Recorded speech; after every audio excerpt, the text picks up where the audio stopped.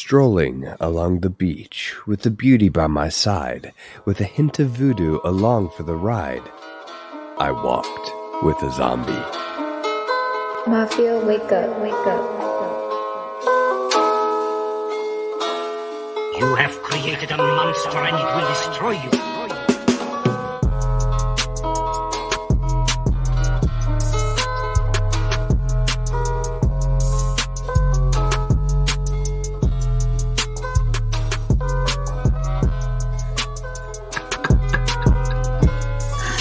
That opening is so strange. I didn't even think about it after the movie was over. But that opening is so strange because it's not in the movie. Yeah, right. I know. I was like, that never happens. No, we never see a beach after the beginning, that opening thing, talking about walking with a zombie. You see a beach at the end. Do we? Yeah. Oh, yeah. You're right. Kind of a key point. It does end at a beach. You're right. But, yeah, we never see us walk with a zombie, really. Well, you do. We do. Through the sugarcane maze. Oh, that's true. But it's not a lovely stroll on the beach. No, definitely not as exciting. Well, it's more exciting than more the exciting, beach, not as lovely. Welcome back, though, to the Monsters vs. Men podcast, the bargain basement of the monster podcasting airwaves, where two friends try to stay alive and stay connected by chatting about weekly monster movies. This week, we are discussing I Walked with a Zombie. With me today is bug-eyed himself, Alex.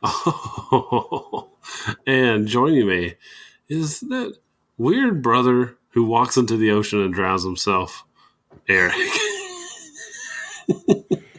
Oh, man. Are you calling me someone on the brink of alcoholism, Alex? If this is what alcoholism leads you to do, yes. Yes. Oh, man. Well, hey, Alex, before we begin, I wanted to tell you, since we're in our zombie series, I did start The Last of Us, the video game. Yeah, a friend of mine let me borrow it. So I have started it, and we will be talking about that more on MVM Plus for sure.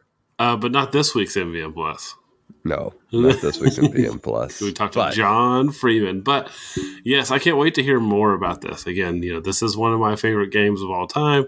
So I can't wait to hear your journey through it, and I'm going to try to take that journey with you. I'll probably do it a little faster than you because I can't stop myself, but it'll take me a while to get started, for sure. So I can't wait to hear about what you think about it, what you don't like about it, all of that. So yeah, that's gonna be fun. Yeah, it'll be good. And then eventually you'll watch the show and we can talk about that.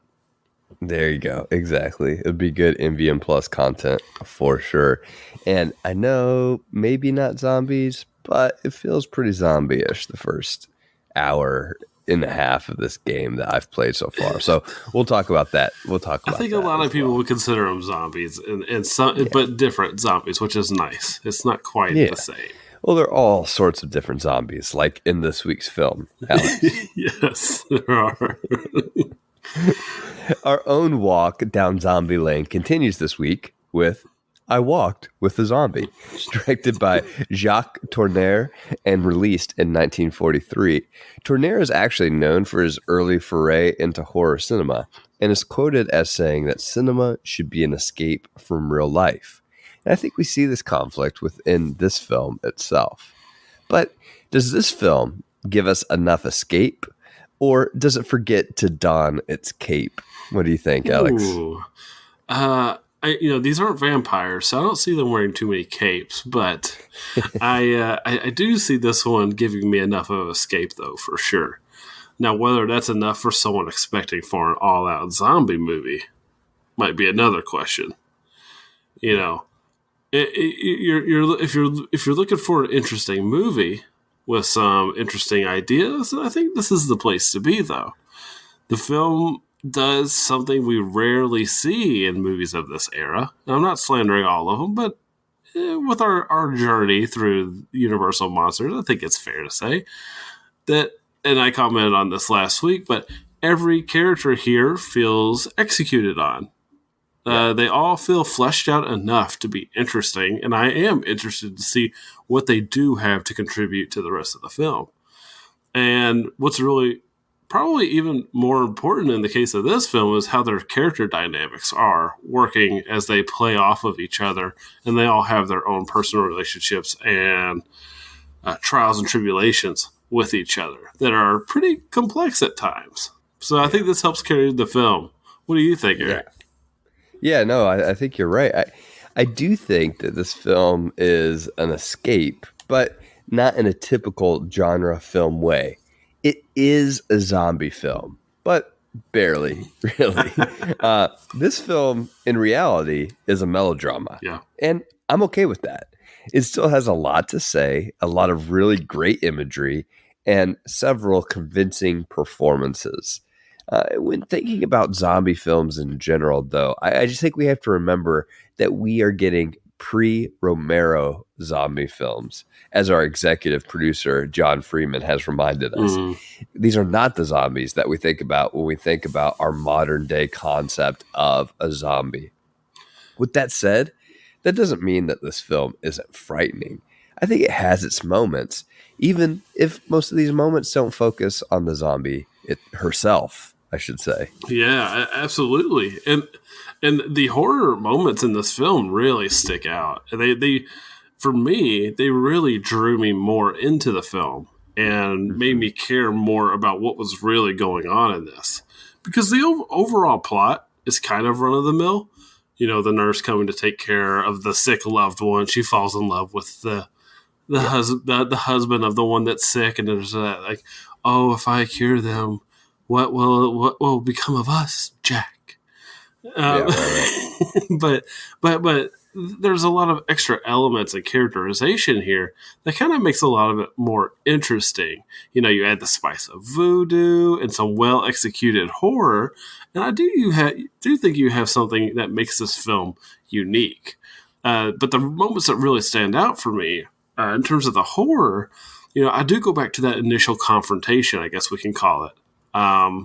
Where it's much less so in reality, but it's Jessica. She's walking the tower. She walks towards Betsy, who has no idea what's going on. It's creepy because of the lighting. There are times where, with the lighting, she almost looks disfigured while she's walking towards her. And for me, and maybe it was because I had a poor quality copy of it, but for me, I was like, "Oh, is she disfigured?" Very quickly, you realize that she's not, but it's a pretty scary moment when she just pursues Betsy in a very slow moving fashion. And then there's that really cool moment where Betsy and Jessica are traveling through they're going to the voodoo ritual through this, I think it's a sugarcane maze. And all of these voodoo elements are littered in their path. You know, there's this dead animal. I think it might be a dog. There's this skull on the ground. And then there's Carrefour eerily standing in the field. Just so imposing. And, you know, the lighting and everything in here is really exceptional, too. I gotta say, I'm very impressed with the lighting in this film. It's played with a lot to very, very dramatic effect. I love it. And it's really... It just has this very dramatic buildup while they're walking through here. And it's really interesting. But what's cool is that they get there, we sit through this very interesting scenario with some banger jams.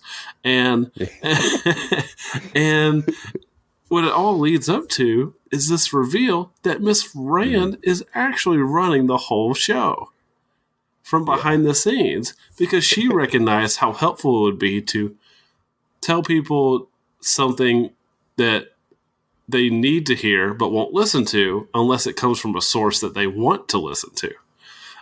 I think that's a really fascinating commentary about just human nature, right? and how we react to sources of information, whether it's right or not. If it comes from certain sources, we will believe it, whereas other sources we won't. I thought that was just a really interesting characterization for Miss Rand in that situation. And then there's the other scenario that I was watching it, Eric, and I was like, I feel like this shouldn't be terrifying, but it absolutely is. And it's on purpose in the film. I'm not saying it was on accident. But when the guy is playing the guitar and he's slowly walking up to Oh, Betsy as she's sitting there yeah, trying to wake up Walter, and he's playing yeah. that song while he walks to her out of the shadows. And he walks from a good Yeah. distance, and he's well lit for most of it. But Oh, it is yeah. so eerie when he's walking It up to is. her, and that music is so lively. It's such an It's interesting an moment. interesting juxtaposition for Yeah, it's sure. so Yeah. interesting. Yeah, what do you think about it? Man, but to go back to Mrs. Rand for a second, that twist, man. And yeah, like honestly, what's interesting about this movie as opposed to last week. So to go back to White Zombie had one of the best villains that we've Hmm. seen. I Walked with a Zombie doesn't have that clear-cut villain. No, You could make an argument that Mrs. Rand is your villain of this movie. You can make that argument hmm. because she is in some ways. I don't think all of her actions are pure, and she admits to that. Right. Uh, you can make an argument that Wesley is that's his name, right? Yeah, Is it Wesley? Wesley, I the called him Walter brother. earlier. Yeah, Yeah, Wesley. Wesley. Wesley is the antagonist, and in some ways he is. But there really isn't a clear cut antagonist Mm, here, which is really interesting and an interesting contrast to last week's film. But I'll tell you, what carries this film for me is the main character, Betsy, played by Frances hmm. D, who becomes a character who exemplifies self sacrificial, life giving love. Like you mentioned it, like this story has been played out before, but she legitimately tries to help Mrs. Holland, Hmm. Jessica, come back to life even if it means that the person that she has fallen in love with won't be interested in her. As you said, we've seen this idea before, but I don't think I fully bought into those other films as much as I did here because of Dee's performance. I do buy into it Yes. here, and it feels like she's genuine and authentic in just trying to help Paul Holland. Um, yeah, Mrs. Rand, though, to go back to her for a second. What a fascinating character. I mean, she is caught blaming herself for Jessica's condition. And she kind of is at fault. Um, and yeah, that twist with her being the one to literally and figuratively pull the strings Yes. at the Voodoo Gallery. I was not expecting that for 1 second. No. Now, the one character I think gets kind of lost in the mix is Paul Holland's half brother, Wesley, Yeah. who we did mention, who is on the brink of alcoholism and I guess apparently almost ran off with Jessica at one point. His story, a little bit to me, feels like dressing for other characters to tell their Yeah. story. And it leaves the potential emotional impact of that ending, which again comes back to the self-sacrificial idea. It leaves that impact of the ending feeling a bit empty for me. Did you like his character or the ending in any way? Yeah. I have to agree with you about the ending. It does leave a lot to be desired. Not just the ending itself, but like you said, for the characterization of Wesley. While I do praise the film for its execution on Wesley overall, there's something missing here. But it really did feel in these closing moments that this was just a way to clear Jessica off the board, so that we can give everyone else the ending that they kind of wanted. Um, you know, Yeah. Right, I know. Paul and Betsy end up together. This is never what Betsy would have ever have wanted, but in her Yeah. deepest, darkest desires, she probably would have. Um, but but what's interesting here is that I actually really do like the Wesley character. I like the way Yeah. he the way he is used as a tool in the film. You know, he is consistently planting doubts in the minds of the viewer about how bad Paul is. Every time Yeah. Paul seems Right. decent, Wesley is there to make you doubt whether he is actually as decent as he claims to be. And so I like this character. But the weird thing is his final bit is a bit baffling. We should have had him in the film a little bit more. Maybe fleshed out this maybe passionate love that he may have had for Jessica more. So we could really understand why he does what he does at the end. Now, the implication there might be that voodoo is what made him do it, but I don't think that that's quite the case. Because Paul, for a while there is trying to convince them to just cut her loose, right? Let her go. I think it comes down to he's actually, it is the self-sacrificial act, but he's actually sacrificing for, he's actually sacrificing for Betsy's character. Yeah, right? That's the weird thing, but that doesn't make as much sense, and it just doesn't work. Now, as for Paul, I also like this character, and I will say, like they kind of build up the foreboding nature of him that maybe he is a sociopath, and maybe he still is. He did say that he was totally down for Jessica to stay the way she was, but he does seem to be moderately decent. And honestly, he just seems like someone who is just very honest with himself. He understands what he wants, even if he realizes that what he's saying is not particularly couth, Yeah. And so, but what's weird is with his relationship, with the hyping of Wesley, saying how bad that he is, I expected a heel turn for Paul. That moment that he reveals his true self and he is that bad. But at the end of the day, when I finished the film, I was like, you know what? Like, yeah, Paul is saying some things that aren't great. Like, he's totally okay with Jessica dying. And he's okay with her being the way she is and wants to run off with Betsy. But overall, he seems like an okay guy. He just is blunt, like incredibly blunt. And so I was a little disappointed. It almost felt like that buildup from Wesley just it didn't pay off, because he was this charming character, but I guess in a way it showed that Wesley was a liar the whole time. He couldn't be trusted. Right. And I guess maybe that was what the film was trying to say. And so I don't want to put too much criticism on the heel turn that never was for Paul, because it might say more about Wesley than it does Paul.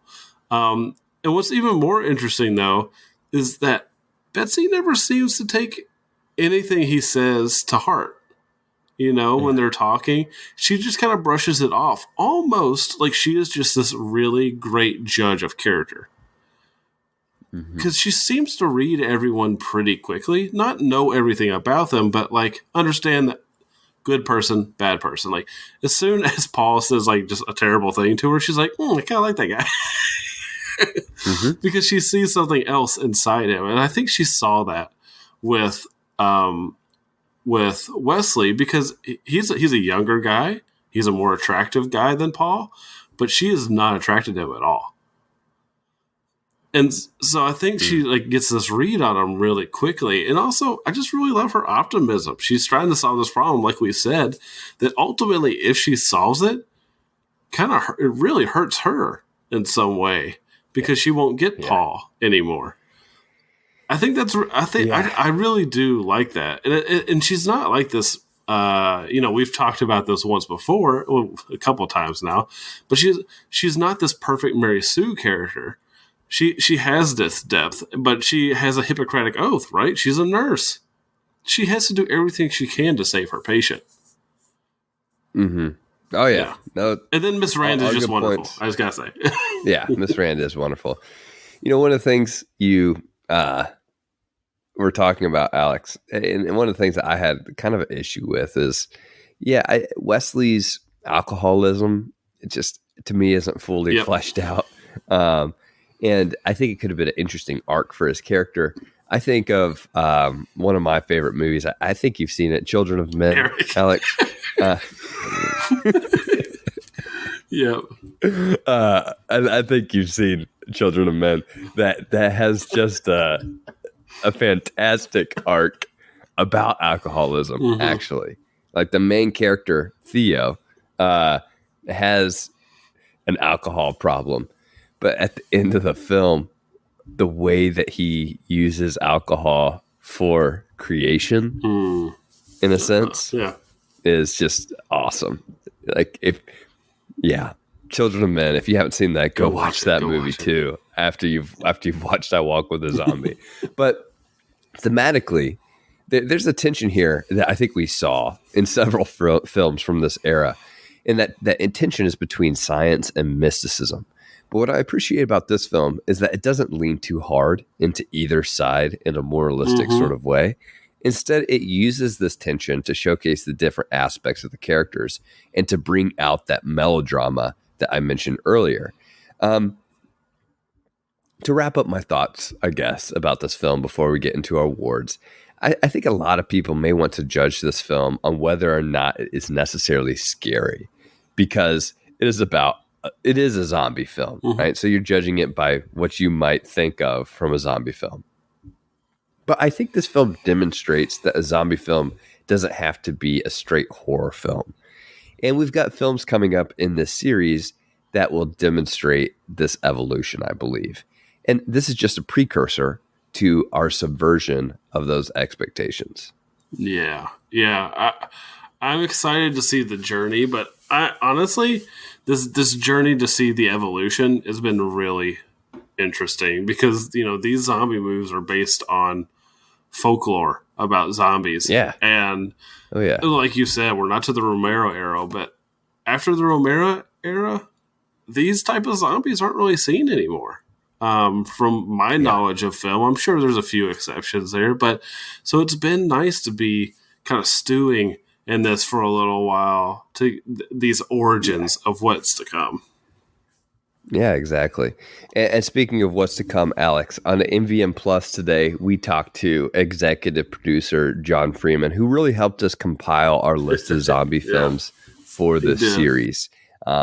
We get into a bunch of films, but really we talk about how he compiled this list, how we divided the eras, kind of our plans for the series, if we're going to watch all the films or not. And so you can get a good preview of the series to come over at patreon.com/MVM pod. Another thing that we're going to do is I'm just going to post that document that John created for us because it's pretty awesome. It's got pictures. I like pictures. It's got links. Yeah. I like links. Hyperlinks at that. They're not calm links. No, they're hyperlinks. And I'll tell you what, Alex, all that combined with our February special, and you've got yourself a little deal. You do have yourself a deal there at patreon.com/MVM and not only that, Eric, that conversation that nobody but patrons will get to hear, that conversation has a discussion about whether or not Ultraman is a zombie or not from the Shin Ultraman movie. And I do think I come up with a perfect answer about this, by the way. You may. All right, Alex, let's get into our staple awards. Who'd you have for compelling character? I had to give it to Miss Rand. That twist was too good to not give it to Miss Rand. There are some great characters here, and I'm not even convinced that Miss Rand is the best, but that twist on her, and that the fact that like I already said, she's using a path of information to convey what might be best for people. I think, what was it? Washing their hands, is pretty interesting. And I just think it says something about human nature, just in general, because we all know how this goes. We both have kids. We know how who delivers the message can have a great effect on the reaction and the belief of what's being said. Yeah. My compelling character is Betsy. As I said, I really thought she was a cool character, strong character, willing to go to extremes and push herself out of her comfort zone in order to give herself to others, which I thought was really cool. It is cool. I mean, that's just something that we can all strive to do. but she does it, and I don't know. We don't get enough of that sort of purity and that pure sort of motivation in films, and I think she shows us that in this one. Yeah, she does everything she can to solve the issue, but unfortunately, it's just never enough. But she never stops trying, which is what makes her so special, I think. I did want to say one thing about Miss Rand that I just completely skipped over. It's because I'm so focused on the twist, but she genuinely had a voodoo experience as well.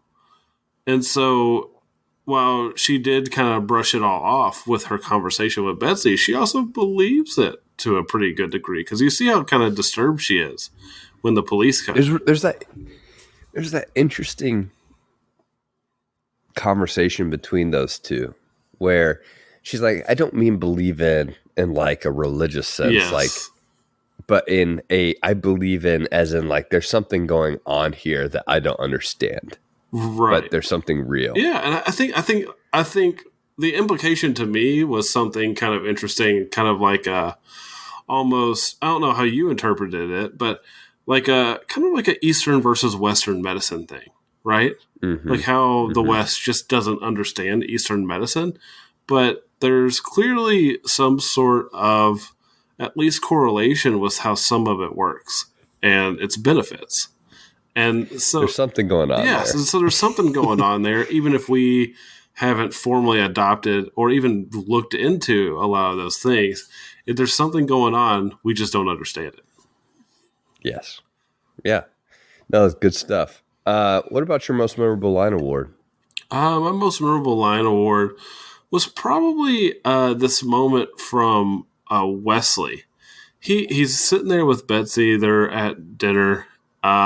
He's about to get drunk, and he says something to her to the effect that John uses words the way men use their fists. And I thought that was a really a great line that makes Paul pretty. Did I say John earlier? I meant Paul. The way it makes Paul an intimidating figure in the movie for a little while, because you wonder how he's manipulating everybody, and maybe he is, and we just don't see it in this movie. But but I don't think he is. I think it's more of a, I think mean, it's just be the entire backstory, but I think it's Wesley's interpretation of Paul. It is. It's his interpretation. He's got a bit of an inferiority complex. He's not in charge of this place. He's being told what to do. He is intimidated by him. We see that when Paul walks up and he's talking to Betsy for the first time, and he's going to skip work, and then he sees Paul, and he's like, "Oh, I gotta go." So there's a lot of jealousy behind what Wesley that really leads to what I think ends up turning out to be mostly lies, or like you said, maybe a bad interpretation of what's actually happening. Yeah, for sure. My most memorable line was from Paul, and it is after Betsy says she's sorry for calling his wife a mental case. And Paul responds, "Why should you be? My wife is a mental case." Just his delivery there was hilarious to me. I just laughed out loud because it was funny. But that was one of those examples of just like, he's just straightforward in how he says things sometimes. Yeah. And we all know people that are kind of like that. And depending on your personality, you can find that either really painful to be around and aggravating, or you can just be like, oh no, that's just Paul. That's who they are. Who he is. That's who they are. Yeah, it's just Paul. He doesn't. He loves it. He actually loves you when he says that.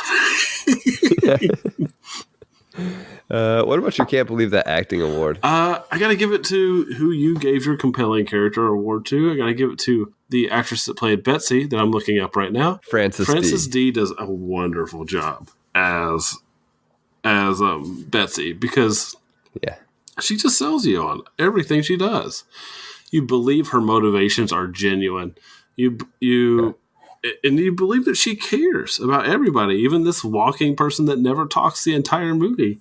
Like, it's very clear that she cares, and she's just, I like how active of a participant she is in this movie. and just I guess that's it. I guess it's just the acting. Yeah. Well, Alex, I'm going to give mine to the character that walks around and says nothing the whole time, Really? which is Christine Gordon as Jessica. Yes. Okay. Which is a strange choice. I know, because she doesn't say anything, but she Yes. does this fantastic job of selling the completely blank persona. Really, the scene where it stands out to me is that voodoo ritual scene where she is kind of standing behind Betsy and her head is tilted a little bit, and several things are happening, and she just has zero expression on her face, and it does feel completely mindless. So yeah, I've got to give it to Christine Gordon, who plays Jessica Holland. Okay. I didn't expect that. It caught me by surprise. Now, Eric, what about your "Oh, that's a good shot" award? I did take a peek at your notes, and I think we've got either a sequence or we picked the same shot. I can't tell. I think we have the same shot, and it's Carrefour standing in that corn tall grass maze thing, and it's the first shot in particular because we're not even sure who Carrefour is. Right? We haven't seen him yet. And so you get this shot of this intimidating figure standing tall in the tall grass, just this literally basically a dark outline. This before we get the close up of his face with his bulging eyes.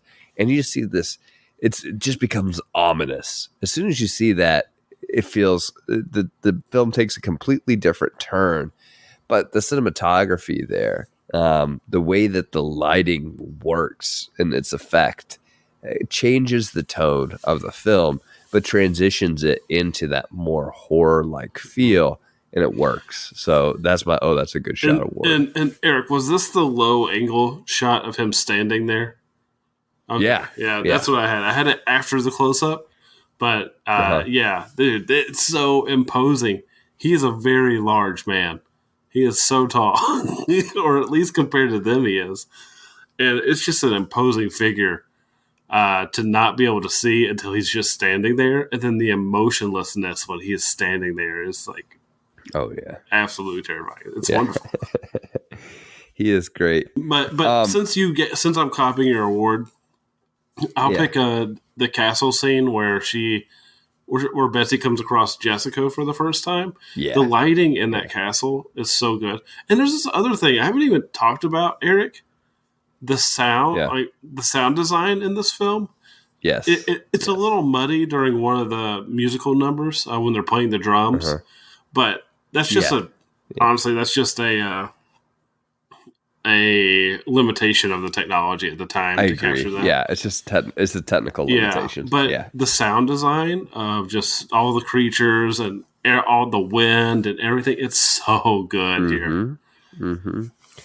Yeah, I told you before, in the film introduction, this director is known for building these tones of fear, and he can do that, and I definitely see that demonstrated here. So it kind of makes me interested in some of his other films. I might have to check one or two out. How about your unique award, though, Alex? Yeah, I had to give it to Betsy. This is the Choking Hazard Award. She gives that little baby a pin. What are you doing, Betsy? You're a nurse. You should know not to give these choking hazards to small children. This was her glaring moment. I thought this is when she turns evil. This is it. That's it. What about you, Eric? Man. Mine was the creepiest musical number award, and it was the guitar guy. And the fact that it was just such an upbeat song, but he's singing things like "shame and sorrow for the family." You're like, oh my gosh! This guy.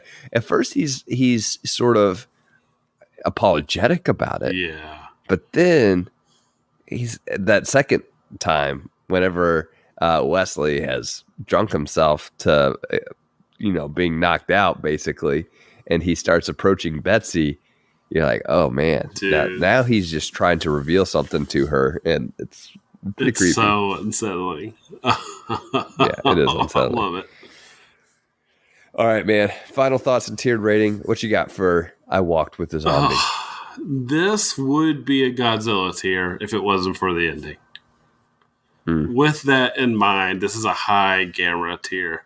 I really enjoyed this movie. The performances are excellent. The characters are excellent. The horror is done really well when it's here. And there's not really a lot for me to dislike. It really just comes down to the ending and the ending's effect on the rest of the film when you look back on it. You know, what Wesley becomes, he's a fascinating character when you're watching the film, but when you see the ending, it almost makes him pointless in some ways when you reflect on his usefulness in the plot and the overall story. And it just makes you ask questions about what's really going on. But other than that, I mean, this is a really nice surprise once again, just like White Zombie. Not quite as good as White Zombie for me, but it's just a little below it. Definitely a recommend for me. What about you? Yeah, this might be just below White Zombie for me, but still is an upper Gamera tier zombie film. I think we've had 2 out of 2 pretty good films so far in this series, Alex, and both are very different from one another, like we talked about. So it makes me excited for the series and just the expansion of the genre and how diverse these films can turn out to be. So it actually has me excited for the series as a whole. As for this film in particular, it is a melodrama, but that drama is done really well, with a zombie as the backdrop and as the backbone. You've got twist, you've got great character interactions, you've got great character motivations, and you've got camera and sound that work, and that do the job in this film, and that balance the tones really well. So yeah, this is an upper Gamera tier film for me. I would definitely recommend this one. Oh man, I'd love to hear it. I can't wait for next week's film, Eric. Next week's film, Alex. Maybe we'll go 3 out of 3 with Plan 9 from Outer Space.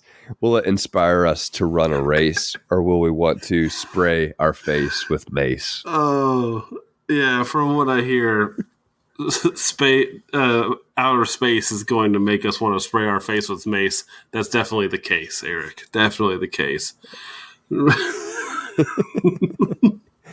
It could be a rough one. Frequently considered one of the worst movies of all time, but I think that's probably a ridiculous statement. If I'm being honest, being someone that's never actually seen the film, only seen clips, I think that's a preposterous statement.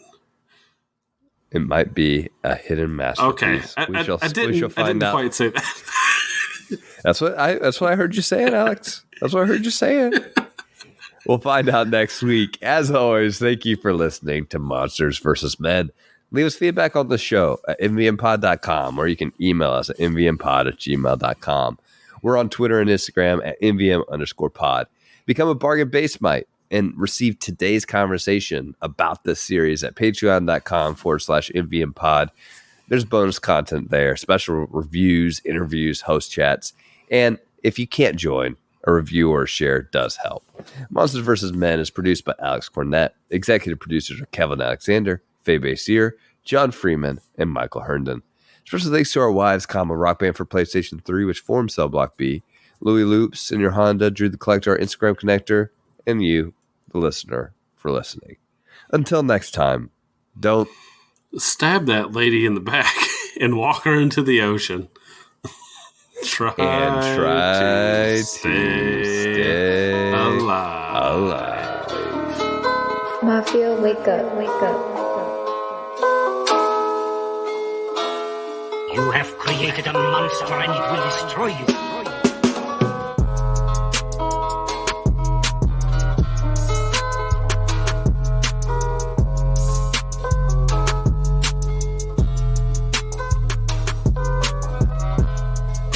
that doll never made it to that guy. Did you notice he had to go to it and stab it in the back?